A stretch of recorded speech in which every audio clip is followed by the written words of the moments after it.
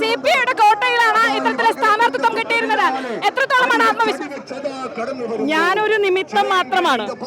കേരളത്തിൽ 140 നിയോജക മണ്ഡലത്തിലും ഇത്തവണ ജനങ്ങൾ കാത്തിരിക്കുന്നത് UDF വോട്ട് ചെയ്യാൻ കാത്തിരിക്കുകയാണ്.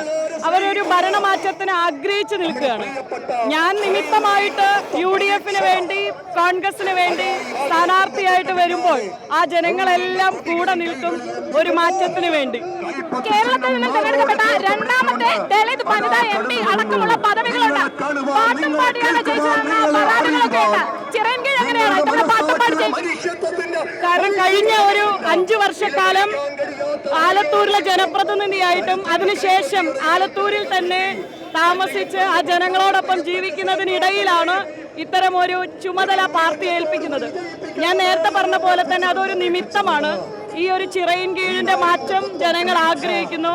ആ മാറ്റം കൊണ്ടുവരുന്നതിന് വേണ്ടിയിട്ടുള്ള തെരഞ്ഞെടുപ്പ് പ്രവർത്തനങ്ങൾ UDF കൃത്യമായിട്ടുള്ള തയ്യാറെടുപ്പ് നടത്തിയിട്ടുണ്ട്.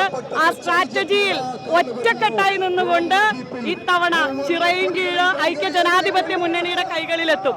ഒരു 2 വലിപ്പം ഇപ്പം ഈ ഒരു സമയത്ത് നിങ്ങളെല്ലാവരും ഈ പ്രദേശത്തെ ജനങ്ങളടക്കം നമ്മളെ കാത്തു നിൽക്കുകയാണ്. നമ്മളെ കാണുവാനും തെരഞ്ഞെടുപ്പ് പ്രവർത്തനങ്ങളിലേക്ക് ഒരുമിച്ച് ചേരുമ്പോഴും നമുക്ക് വീണ്ടും കണ്ടുമുട്ടാം. അമൃതയ്ക്കൊപ്പം ഞങ്ങളുടെ ഈ ഒരു മനോഹരമായിരിക്കുന്ന ഉജ്ജ്വലമായിരിക്കുന്ന ഒരു തുടക്കം, തെരഞ്ഞെടുപ്പ് തുടക്കം. എല്ലാവരും ആശംസ. Thank you Amrita.